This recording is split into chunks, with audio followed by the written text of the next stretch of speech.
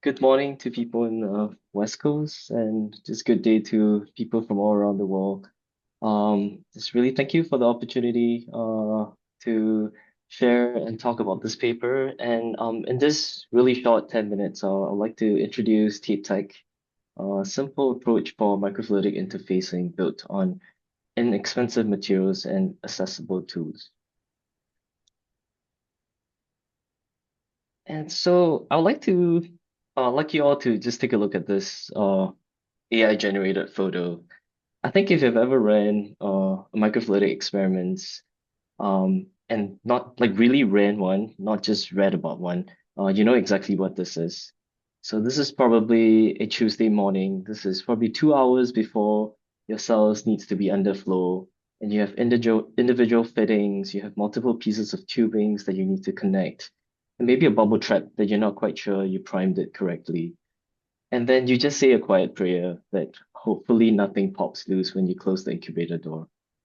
I believe people who worked with microfluidics, a lot of us has been there, and most of us, I think, including myself, have just accepted this.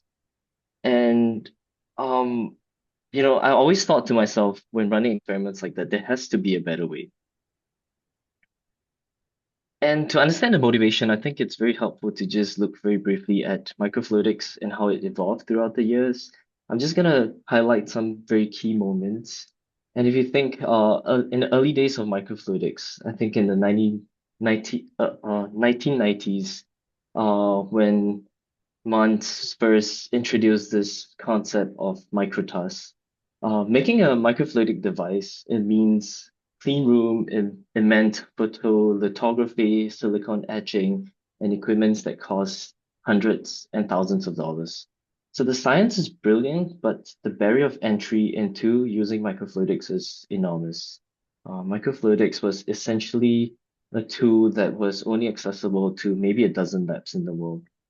But then if you look in 1990s, George Whiteside and his lab kind of revolutionized the field. His group introduced this method called soft lithography, and it is a way to mold microfluidic channels in PDMS, which is a silicon elastomer, with nothing more than a master mold and a benchtop oven. And so suddenly you didn't need a clean room, you didn't need a semiconductor fab, you just need a hot plate, some PDMS, and maybe a quiet Monday afternoon to fabricate some devices. And this was the first great democratization of microfluidics. And within a few years, hundreds of labs who has never touched microfluidics started making chips, and this field exploded. And then, of course, because this field never stops moving, 3D printing arrived and pushed it even further. For example, our main speaker today, Professor Albert, his group, among others, has showed that you could go from a CAD file to a functional microfluidic device in hours with a desktop printer, no molds required. And so, just really want to highlight two waves of democratization that changed the field of microfluidics. But as someone who has struggled with microfluidics, I think here's the thing nobody really talks about when they publish a paper, and they don't talk about it at the beginning of the methods section. So you can now make a chip in one afternoon, but I think by the moment you try to run that chip, when you try to connect that to a pump, fill it with media, keep it sterile, or move it to the microscope or to the incubator, you're almost back to the 1995. You have rigid tubing, you have proprietary fittings, connectors that cause pressure spikes, that would destroy the very biology you're trying to study, and setups that are so bulky that they cannot fit in a petri dish. Um, and so I'll argue that while making microfluidic devices has become relatively easy, actually using them and integrating them in experiments can be still very frustrating. Uh, Fabrication is accessible, but integration is not. And that gap, I would say that last mile is where most experiments fail, where labs gives up on microfluidics entirely. Yeah, and so we started asking this question, not how do we make better connectors, but who has already solved this? And the answer was sitting in every laptop, every phone, every piece of consumer electronics you've ever owned. So ribbon connectors and flexible printed circuit. So the electronics industry has already figured this out for many decades. If you want to connect many channels reliably in a small space without clutter, you integrate them into a single flat ribbon. So what if the question we ask is what if microfluidics could borrow this idea too? And so one immediate advantage of using this approach is dramatically reducing the system complexity. So as you see in this example on the left, you have a very conventional setup. And if you want to connect a 6-channel chip from IBD, you probably need 20 pieces of tubing, 36 pieces of fitting connectors. And you have to manually, laboriously connect each of them together. But with tape tech, you could reduce system complexity, probably only 6 pieces of tubing and 12 fittings. Um, and yeah, so I think what we really hope to show is like we can try to reduce the amount of plumbing, simplify setup, and decrease the chance of connection error using tape tech. And so how accessible is tape tech? The materials that you require are extremely simple. All you need is a cutting plotter, such as this $400 silhouette cameo that I'm showing here. And if you buy them on Amazon, I believe they do next day delivery too. Lots and lots of double-sided tape. You're gonna need also some plastic film and very basic tools like a ruler and an X-Acto knife. So there's no need for clean room, specialized machinery, or proprietary connectors. Everything that is required to fabricate these interfaces can easily fit on your regular benchtop. Fabrication workflow is very straightforward. You just design the file on the CAD software. They're all 2D, and the patterns are now cut on this cutting plotter. And the layers are assembled by sandwiching adhesive layers with plastic film layers. And because fabrication is essentially two-dimensional, connectors can also be designed, cut, and assembled within just one single afternoon. This enables very rapid iteration and easy customization for any chip that you're working with. Connecting to your chip is also equally simple. You just place a jig around your chip, you peel the liner, align the ribbon, press it down with a scraper. And then you can prime your channels. And once you fill the channels, you can seal the vent with a separate layer of tape, fill the reservoir, and then you can start your pump. So the process takes minutes, and because the ribbon conforms around the lid of your petri dish, your chip can stay sterile throughout the whole process, and you can easily move your setup from incubator to BSC to microscope without dismantling anything. And so beyond simplifying connection, tape tech, you would really want to say that it is an enabling interface. It should enable simpler experimental workflows. So here's just a quick overview of some experiments that we can do. For example, our lab does a lot of shear stress experiments on endothelial cells. Um, or in the Weiss Institute, they do a lot of using negative pressure to stretch porous membrane.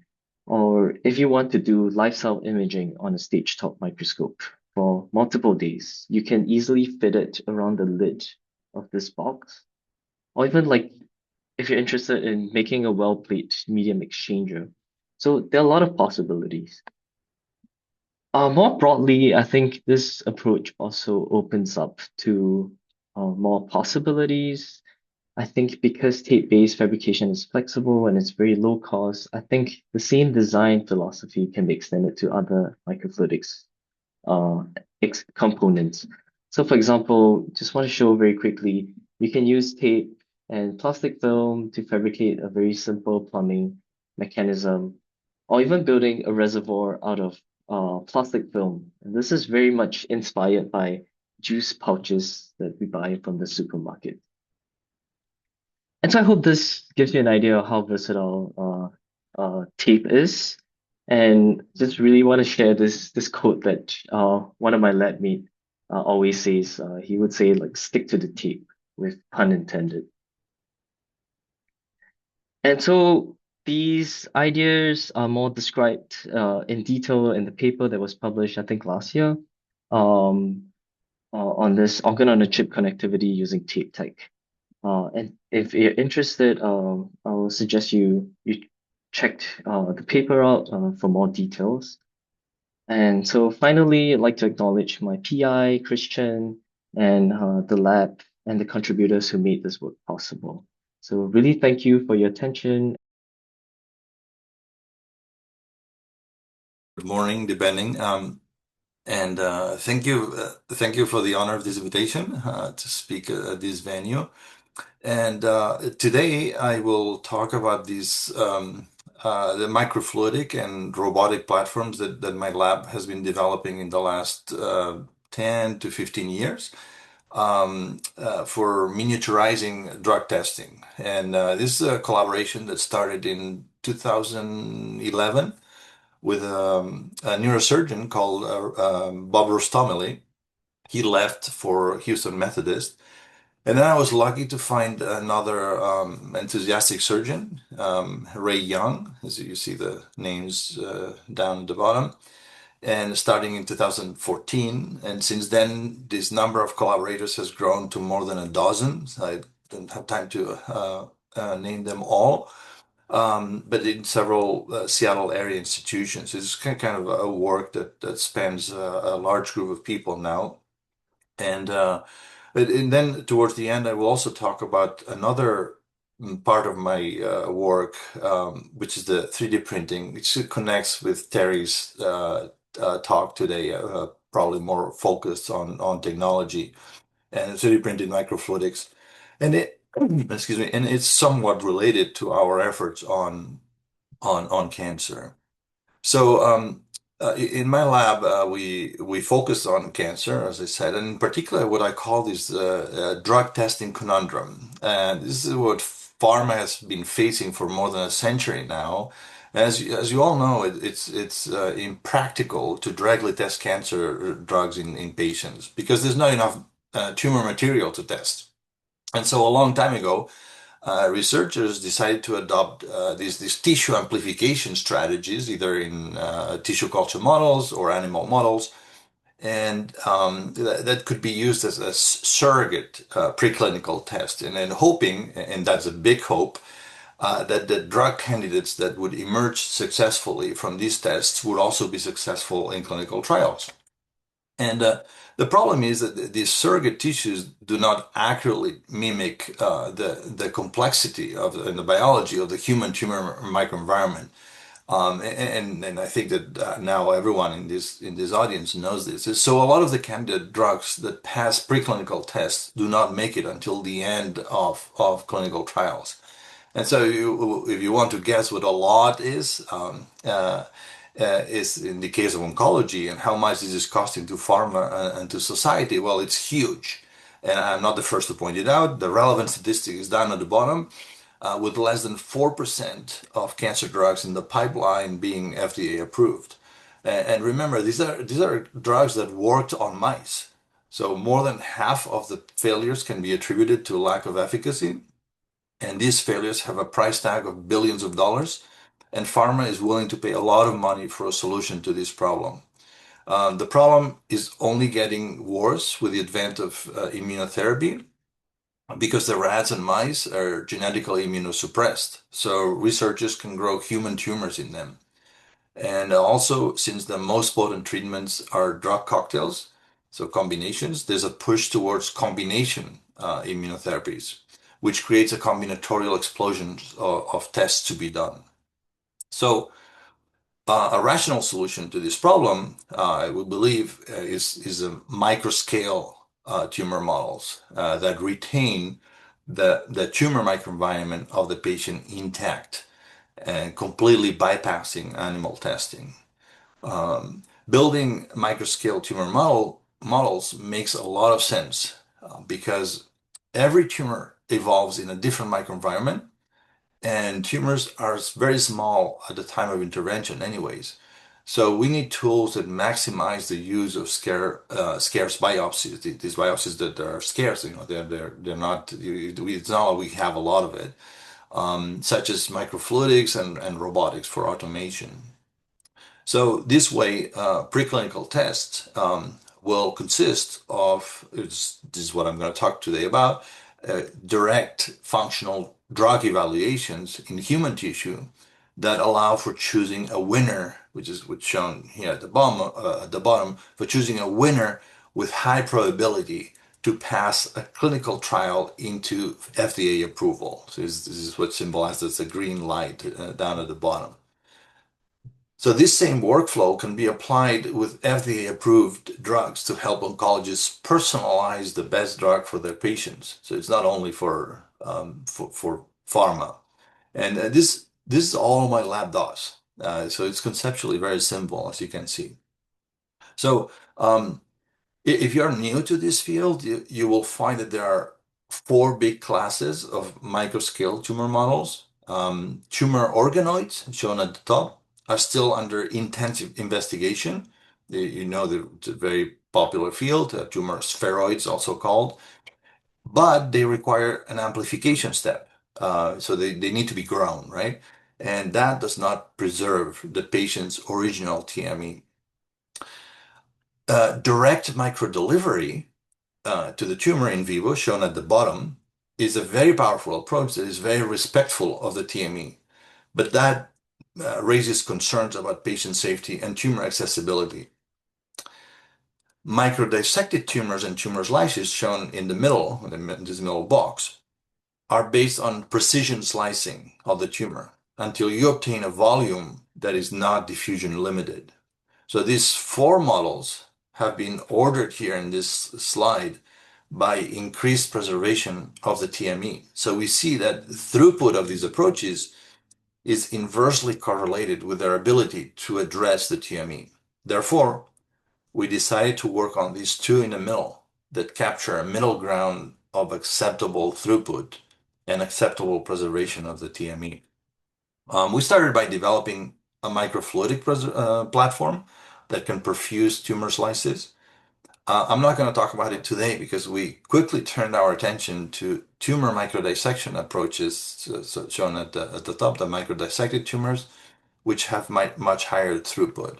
And I want to give credit to other great work in this area based on this manual mincing of tumors. There's also microdissected, if you will. You know, you essentially you use your hands to produce small pieces. It's just been used since the 90s. However, this approach produces dissimilar sizes and so results in loss of precious tumor material. And so our key innovation, technical innovation, has been to develop a mechanical approach for quickly generating hundreds of regularly sized live microtumors. We call them cuboids because they're cuboidal in shape and kind of a humorous turn on just on organoids, cuboids, and spheroids. So out of one tumor sample, we get hundreds of these, and it's very simple. It's based on three orthogonal cuts, and they even let us patent it. So I want to emphasize, because it's as simple as it is innovative, that what makes cuboids unique compared to minced tumors is that their size is uniform, like organoids. But unlike organoids, they contain the native TME of the patient. So I'm not here to put down organoids, but I clear that. We enjoy a lot of the work done with organoids as well. Organoids are great, and cuboids also have limitations. For example, cuboids are not built de novo like organoids, so mechanistic studies like loss of functions could be challenging with cuboids. But so I'll just say this, and so the most frequent question we get is that what do cuboids look like inside? So that's one challenge, right? To see inside. And we've done a lot of work. We spent quite a bit of time imaging cuboids and counting each cell type at various time points. So this is what mouse cuboids look like. We've done a lot of IHC imaging. And for mouse cuboids, it shows that the TME gradually loses various key cell types. such as immune and endothelial cells, over a week, which is the graphs are shown down at the bottom. And their shape also rounds up. So they're no longer cuboids, if you will, they're more like spheroids, which is interesting and might be related to differences in the ECM between mice and humans. Um, this is better summarized here. You can clearly see how the mouse cuboids quickly lose their endothelial cells while still retaining acceptable numbers of immune cells. And I'll get back to the endothelial cells and what we can do to keep them towards the end of this talk. Um, Human cuboids, on the other hand, are, at least those from liver cancers, are much more stable, and both in shape and in cell composition. Um, and this is best exemplified in the following 3D confocal images. The top cuboids are mouse breast cancer cuboids, and showing no endothelial cells left by day 4, but plenty of immune cells in red. And the bottom cuboids are human liver cancer cuboids, showing also plenty of immune cells in red as well, and much more, and the cuboidal shape is maintained, like I said. So as you know, cytokines and chemokines play important roles in immunotherapy, cancer drug resistance mechanisms, cancer cell progression, and in many other physiological processes and signaling pathways that are very important for tumor development, tumor genesis, and metastasis. So we measured the levels of 32 cytokines in the supernatant of the cuboids using Luminex. So we found that numerous cytokines were secreted by cells in both mouse and patient cuboids, reflecting the complexity of the cuboid TME. Then we asked which cytokines might be increased by LPS stimulation. LPS is a molecule from bacteria that stimulates the cells of the immune system. And the increase in the cytokines by LPS demonstrates the action of the immune TME in the cuboids. So we also tested the same mouse breast cancer and colon cancer cuboids with a panel of kinase inhibitors on a 96 well plate for 3 days. These graphs show the resulting decreases in viability. This was measured with real-time glow luminescence compared to the MSO, which is shown as the red bar on the left. We also observed a response by colon cancer cuboids to checkpoint inhibitors, which requires the presence of the original immune cells. So treatment led to both a decrease in viability and an increase in interferon gamma, a sign of immune cell activation. These studies support the suitability of cuboids for testing drugs and immunotherapies, as previously shown for the other format of microdissected tissues, the one that minced, that showed mince. So this is very good confirmation that the cuboids are a good model, a good microscale cancer model. Next, we were interested in automating the placement of cuboids in multi-well plates for drug testing. So we developed a robotic platform that facilitated this task, and we were very happy when we found a Chinese robot that looks like this, which has 50 micron precision for just $2,500. But now it's increased a little bit with the unfortunate policies of our administration. But so all we had to do was added a pump to convert its rotary motion into fluidic suction, and a camera so it could see the cuboids. And we programmed all its movements so it would pick and place cuboids from a petri dish into a multi-well plate automatically. Kind of very simple, complex, conceptually. And we published it in Science Advances last year. The suction effect that lifts the cuboid from the surface is actually a microfluidic innovation that we characterize in detail. Um, and so yeah, it's just wanted to say this because it's something that we put into the paper in all detail. I urge you to go to the paper to look at that. I want to show you this video of the automated cuboid picking because it's something people like a lot. You can see the cuboids being picked by the pipette, and it's very simple. The pipette does not touch the surface. The Laser light is only used for calibration. It doesn't have any function at this point. Um, it's very simple to program routines for auto-correction and size sorting. The robot is very compact, so we typically operate it inside a sterile hood, and it's very inexpensive compared to other similar robots. So it lowers the entry barrier for scientists who want to get into this. If you want the software, just send us an email. Um, I'm now going to show you several examples of how this robot can be used to accelerate drug discovery, improve disease modeling, and advance personalized medicine. We've tested the loading of tumor cuboids into 96 well plates for a panel of 6 cancer drugs at 2 concentrations each, plus 2 controls, yielding 8 wells per condition. The robot only took 14 minutes to load all the cuboids. We wanted to push the robot a bit more and test it against higher throughput 384 well plates. Here the robot loaded single cuboids and then we exposed them to either cisplatin, staurosporine, 5 concentrations each, control or the MSO as vehicle control in duplicates, yielding 32 wells per condition. So it seems like a lot of data, and it is, but the robot only took 1 hour to load this plate, completely unassisted. It's so reliable that my students often go for a coffee while the robot is loading. I'm not kidding. So how does the workflow look like for analyzing patient tumors? We use the robots to see to seed the cuboids in multi-well plates, and then we monitor viability after a few days, typically 3 to 6, using real-time glow before and after applying drugs. And also cell death using fluorescent propydium iodide, or PI, shown here in red.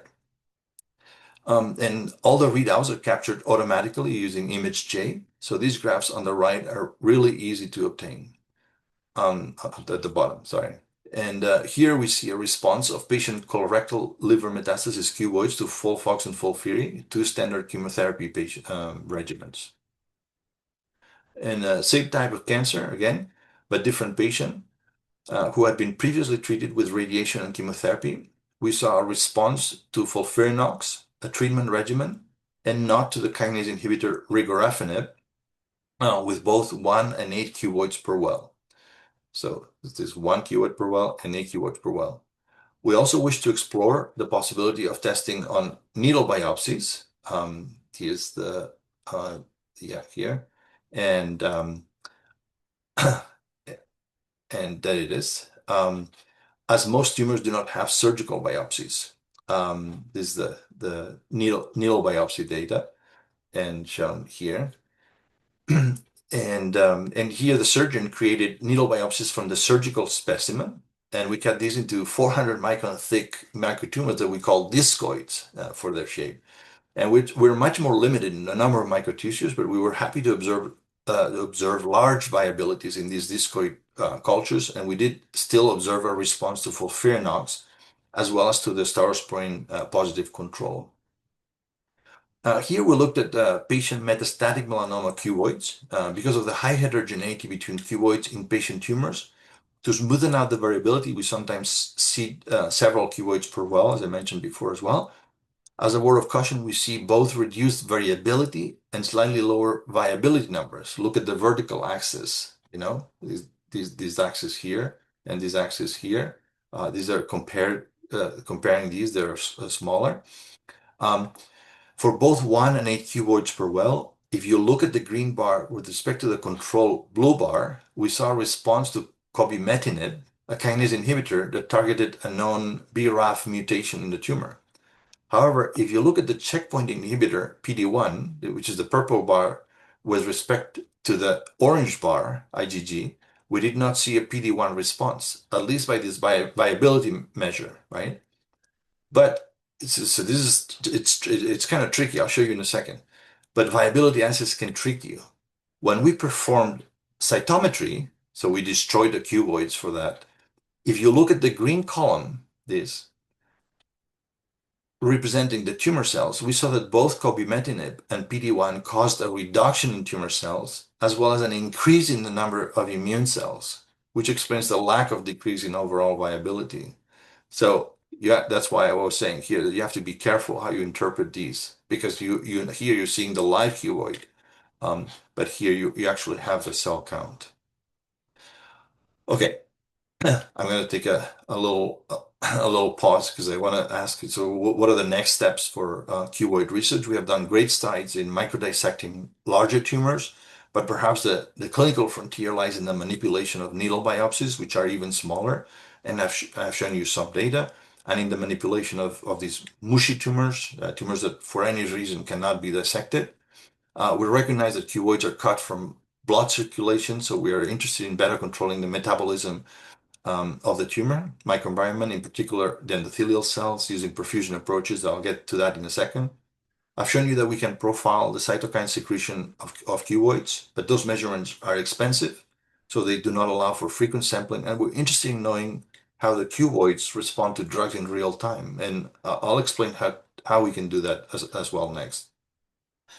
There are many other frontiers, and they're completely analogous to what many of you are working on organoids, how you would expect. So I'm not going to talk about it today. I've shown you how we can multiplex drug response profiles easily with a robot, but to achieve predictions on thousands of millions of conditions, we will need machine learning. And we have a collaboration with Taryn Gujral at the Fred Hutch to do just that.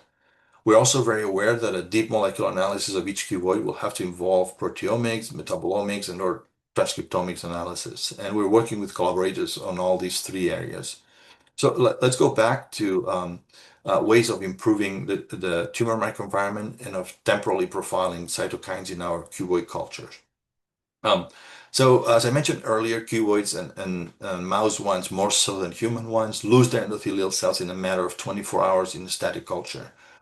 This problem is well known in organoid culture, and several groups have figured out ways to vascularize tissues, adding endothelial cells and using interstitial flow to induce the formation of new vasculature that can be used later to perfuse tissue. So we figured we could do something similar with our cuboids and one of our microfluidic drug testing devices, where we typically use flow to bring cuboids to a microfabricated aperture, and then we turn off the flow. So when we tried differently this time is to continue pumping after capturing the cuboids to see if this continued flow had any effect on the cuboids. For all these experiments, we used PY8119 mouse breast cancer cuboids. First, we perfused them with high molecular weight dextran, and we saw large amounts of dextran inside the cuboids compared to cuboids that had not been perfused. So just surrounded by dextran, but no perfusion. Shown like with the blue line, and so there's a marked difference. And then we repeated the perfusions with plain cell culture medium for various durations, and when we immunostained for CD31, an endothelial cell marker, cleared the cuboids to be able to see through. Otherwise, you can't see them through with confocal microscopy, and then image them with confocal microscopy. At the 2-hour time point, there were already big differences between the immunostaining patterns for the 0.1 ml per hour flow compared to the no flow controls. At 24 hours, the differences were much more noticeable. I need to emphasize that we do not have evidence that these vascular structures are internally perfused, so we generally refer to this internal flow as interstitial flow, and our goal is to simply use it better to better maintain the TME. Let's see, how am I doing in time? It's 9:37. Good. So after confocal imaging more than 700 cuboids, 700, and looking at the large morphological variability, we decided that one convincing way to obtain a metric from the 3D vasculature images was to plot and add together the vascular length of all the segments in each cuboid using Imaris. It's a fancy program. We also added a shaking condition to see if there might be a more practical way to introduce flow into the cuboids, and that worked for 2 hours, but not for longer periods of time. At 3 days, most of the differences we observed between flow and the controls were not statistically significant anymore. In general, we were not able to distinguish between the effects of the 3 flow rates that we used, but at 24 hours, this is summarized here, it's a lot of data, but at 24 hours, we saw the most significant differences in vascular length between flow and the controls. So just I want to point out the large variability in data. That's why we had to um, take data from 700 cuboids to look at these effects. And to demonstrate the internal modulation of cuboids with flow, to demonstrate that internal modulation of cuboids with flow is possible, we used vascular disrupting drugs. And the CD31 immunostaining images of cuboids shown below, shown here, um, are representative of the mean of each condition. So I'm showing one cuboid here. The pictures are shown from one cuboid here. Uh, while this drug L-name, an inhibitor of nitric oxide synthase, did not have a noticeable effect with respect to the no flow control or DMSO, we did find two other drugs that did have a statistically significant effect. CA4, which is an inhibitor of tubular polymerization, and KNIFE, which is a calcium blocker and antihypertensive drug, which are these two here. So these have had an effect. So while we have demonstrated that internal modulation of cuboids with flow is possible, we still do not control where the flow is going in the cuboid. So we're leaving that for future work. Now, in our efforts to monitor cytokine secretion from cuboids in real time, last year we published an electrochemical platform that was able to measure the release of cytochrome C, which is a cell death marker, during drug responses in cuboids. All credit for this project goes to my postdoc Tran Nguyen, as she conceived it and executed from beginning to end, and just started as an assistant professor of biomedical engineering at UT Southwestern in Dallas. So Tran micropatterned gold electrodes on plastic and immobilized aptamers against cytochrome C on the working electrodes. The aptamers have a redox group on one end, shown here in blue. And so when the aptamer binds to cytochrome C, it curls around it, and the redox group gets closer to the gold surface, increasing the current. And the amount of current that you get from any concentration can and must be calibrated with known concentration of cytochrome C as the calibration, the typical calibration. But after you do that, it's easy to show that the sensor is very specific to cytochrome C. So when Tran added cisplatin as a chemotherapy drug to the tumor cuboids, the drug started killing tumor cells, resulting in an increase of cytochrome C release that was readily detected by the nearby sensor. So you can see how this can be superior to the traditional fluorescent terminal readouts like ELISA, which we did by comparison. So here at the bottom is the ELISA fluorescent, and our electrical sensor can take readouts periodically, which gives a measure of the time course of the drug action. We hope that this dynamic information will one day help enrich present AI models of drug action. And we seek to generalize the platform to higher throughputs and also to the detection of cytokines and chemokines. Um, I want to end this part of my talk before I talk about 3D printing with a reflection on how far are we from cuboids being adopted in the clinic based on our experience. And when we extract tissue, which then becomes information from a patient, um, that becomes a sampling problem. And we see here the effect of heterogeneity on sampling. Um, so from a biopsy, which is heterogeneous, we get the cuboids, and they inherit the heterogeneity of the original biopsy. So what we need to ask is the obvious following questions: is the biopsy or the cuboids representative of the whole TME, or how much sample and how many cuboids can we obtain? Sample scarcity is only partly biological because tumors are small, um, and that's where technology can help. But sample scarcity is mostly, I want to point out that sample scarcity is mostly logistical because most hospitals only take biopsies for pathology and genetic tests. In other words, they are dead samples. But as an academic, my lab gets first pick of these tumors.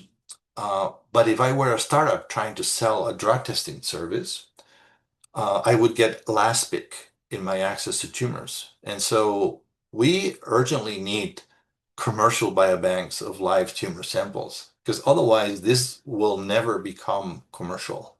And so it will never be clinically adopted as something that is a service. But anyways, it's kind of something that is bothering us, and we're constantly telling NIH that this is it's a barrier for clinical adoption.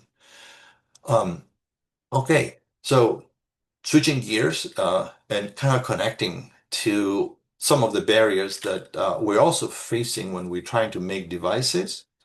Um, I want to tell you about a different activity that is related. It's related, but different activity that's been going on in my lab. As you all know, most organs on chip devices are very complex. They have very complex device 3D architectures that have to be biocompatible, and they contain multiple materials and actuators. All these devices that you see here, they took the student or person of several years to design and make and put together and optimize. Um, and for many applications, you would want them to also be modular, leak-free, user-friendly, and plug and play, much like a Lego, you know? But achieving all these with traditional techniques like PMS molding can sometimes take a whole thesis. So as many of you have experienced, so we have directed our efforts towards democratizing the fabrication of these microfluidic devices using 3D printing, in particularly these off-the-shelf stereolithography or resin printers or SLA printers also called, and open source materials or resins. So that's where the focus of our lab has been. There's other ways to do this with more expensive printers and etc. But this kind of has been the focus. Um, one of these materials that has been very important has been PECDA. In the PECDA 258, the smallest molecular weight in which it's sold is 258. It's kind of like 4 units, which can be printed at high resolution with a printer that costs between a few $1,000s to $15,000, depending on what your capabilities you want it to be. I want to emphasize two important things you're seeing in these images. First, the channels have been integrally printed without bonding, which means we had to flush them at the end of the printing process. This is very critical. And second, as a signature of high resolutions, we see the pixels projected by the printer. This is the DLP, an SEM image of the DLP, and you see kind of like the little dimples here. They're seen, and the sub-pixel features. That high resolution is a result not so much of the printer, which has 27 micron resolution, but of the chemical speed of the resin. So if the resin's chemical speed, chemical reaction were slower, then the features you see would diffuse into each other and the resolution would be lower. So really your imagination is really the limit. But it's important what I mentioned about the flushing, that you had to flush when you make these into in one part integrally, is that the viscosity of the resin is key. So this is a very low viscosity resin. If you have a high viscosity resin, some of these are not possible. Um, so you can print spirals, coils, whatnot. The material is transparent and cytocompatible. One of the practical limitations of stereolithography is that it is limited to one resin, but the resins are acrylates that bind to each other between the layers. So we developed a simple protocol based on pausing the print to exchange the resin in the vat. And that allows for multi-resin printing. And that we believe will be very useful for organs on chips. Okay, we have also focused on flexible resins because we're interested in printing flexible elements like valves and pumps for microfluidic automation. We started with commercially available acrylated PDMS monomers, which exist, but the high viscosity and low molecular density of acrylate groups in the molecules. In these compounds, they yielded low resolution. So that was kind of it was a dead end avenue, research avenue. We then realized we could mix diacrylates, like PEGDA, with monoacrylates like PEGMIMA, shown here, which has only one acrylate group, and achieve high flexibility due to the unbound end of the monoacrylate chain, which is free to slide. Okay, so this is kind of an innovation. Um, uh, and with 40% PEGMIMA, we were able to achieve the same flexibility as PDMS without the same Young's modulus, without compromising the resolution or cytocompatibility. As a plus, we got a material that absorbs drugs much less than PDMS. And as you know, PDMS is like a sponge for small hydrophobic drugs. But not everything is perfect, and this material didn't have the nice stretchability that you get from PDMS. You know, the when you that point where you're breaking the material. So we were bummed a little bit about that part, and so we had to move to another one. So we have developed another diacrylate monoacrylate blend and that uses PPGDA instead of PEGDA. It's a longer central chain here, and hydroxyethyl acrylate (HE) as the monoacrylate, and but this one has also very low Young's modulus like PDMS and the stretchability of PDMS, even better stretchability than PDMS. In fact, when if you put it in the hands of someone and you give it to someone with your eyes closed, you can't tell whether you have PDMS or this copolymer in your hands. Um, and uh, and so anyways, yeah, I'll just leave you with this playing. So we have these properties gave us the idea of attempting to 3D print a microfluidic transistors. Many researchers before us have used PDMS valves to build microfluidic logics, and I've been asked before, what is a microfluidic transistor? Okay, so it's just a microvalve that can proportionally amplify a fluidic signal. So if you operate it at a constant gate pressure, a constant gate source pressure differential, so if we increase the pressure driving the flow, we also increase the gate pressure, then it shows self-regulation.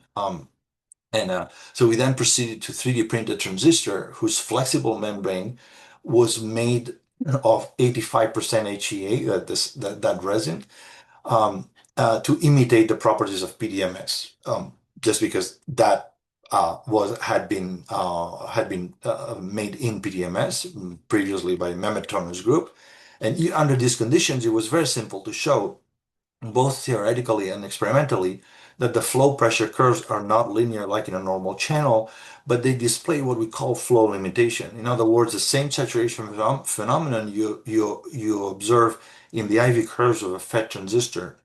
And that is because electronic and microfluidic transistors both achieve high gain amplification through the same type of nonlinear behavior of self-regulation of the output signal, um, which is which is the current in electronics and flow in microfluidics.